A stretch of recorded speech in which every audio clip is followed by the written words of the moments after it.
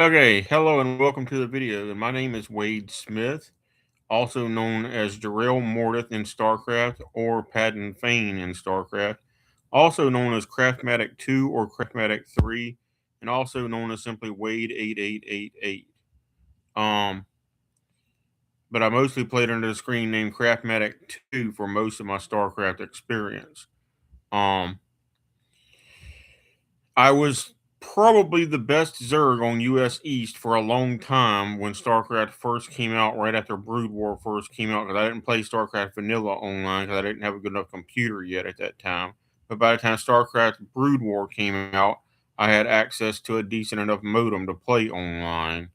And certainly by 2001, I had to be the best Zerg on US East at the time because I won literally all of my games. I never lost a game, and I did not cheat either. In fact, I won all of my 1 versus 2 and 1 versus 3 handicap games too. Uh, and I used queens virtually every game, and I find it ridiculous that anyone would try to play another pro gamer without using queens. And I'm going to explain how this works.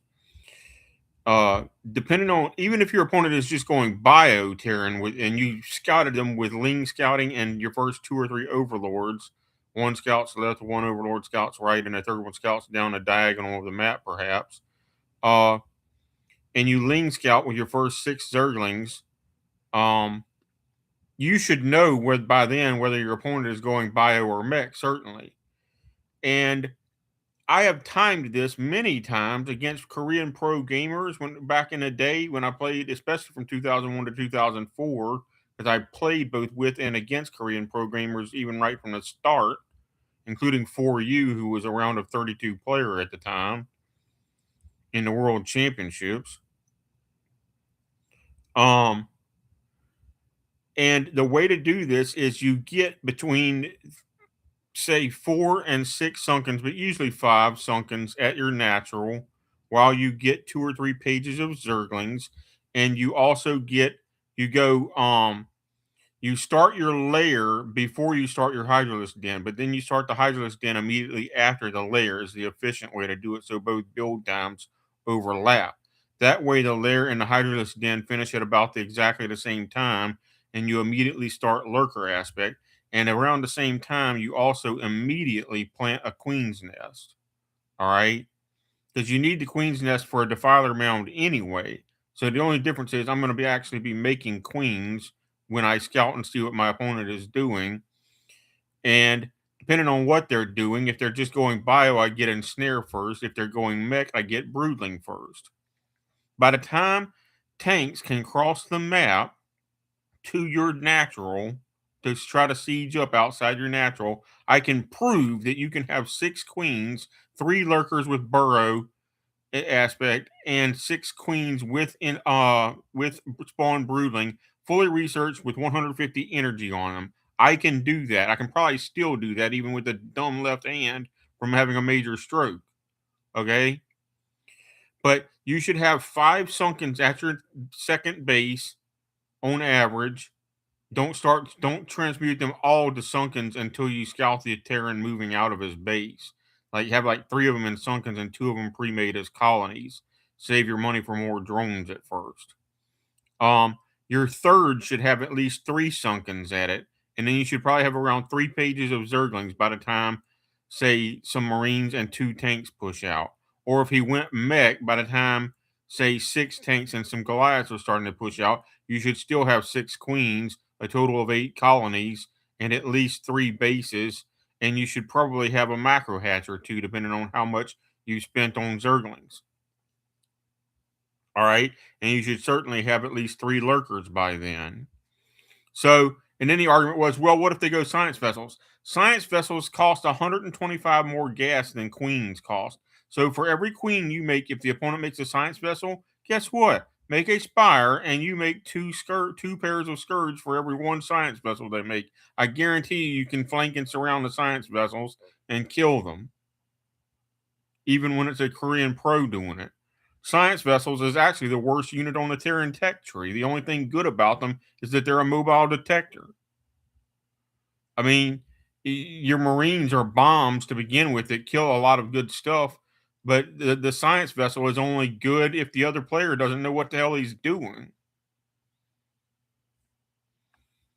Because vessels cost 125 gas more than each queen, the Zerg player can easily crank out Scourge, which are 75 gas per pair, with one spire, and Scourge, two Scourge kill one vessel, and cost a third as much gas and a quarter as much minerals. So, don't tell me it can't be done. I used to do it all the time, even in handicap matches. All right.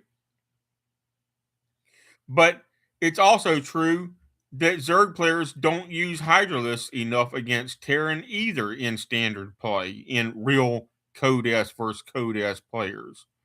For some reason, they get stuck on just Zerglings, probably because of the over reliance on Defilers. Even though Defilers are the best unit on the Zerg tech tree, they are as expensive as hell, and they're also the slowest moving unit on the Zerg tech tree. So they're actually the easiest thing to counter. Um, but both Plague and Dark Swarm are very, very strong for Zerg. And so a lot of people over rely on Zergling Dark Swarm. All right. But Plague and Hydralisk is also very good because Plague, pretty much erases all Terran units' HP in one hit down to between 1 and 5, depending on what the random last packet of damage does. They're going to have between 1 and 5 hit points when the Plague cancels itself. And so, lurkers or hydralisks do a heck of a lot of good finishing off damage following a good plague. But you may say, I said use queens. Well, what about this? Ensnare halves the fire rate, the average fire rate of most combat units in the game, and reduces the movement speed of most units to 1/3 of their normal movement speed, making it much easier to hit them with Plague or Dark Swarm to run your Zerglings or Lurkers under, right? So if you ensnare first and then you Plague, they can't even run away with their injured units and they lose their whole army. Why would you not want the force multiplication of having the enemy unit's attack speed, average attack speed? Um, in StarCraft 2, in the not Legacy of the Void, Heart of the Swarm build, they had the Protoss unit, which was the mothership core, which had Time Bomb on it, which was like a bad ensnare, and it was so strong that everybody used it anyway, even though it was a bad ensnare. All right, so why would you not want to use this? It makes no sense not to make queens, and it makes no sense not to use ensnare or broodling, depending on what your opponent is doing. And I got to go now.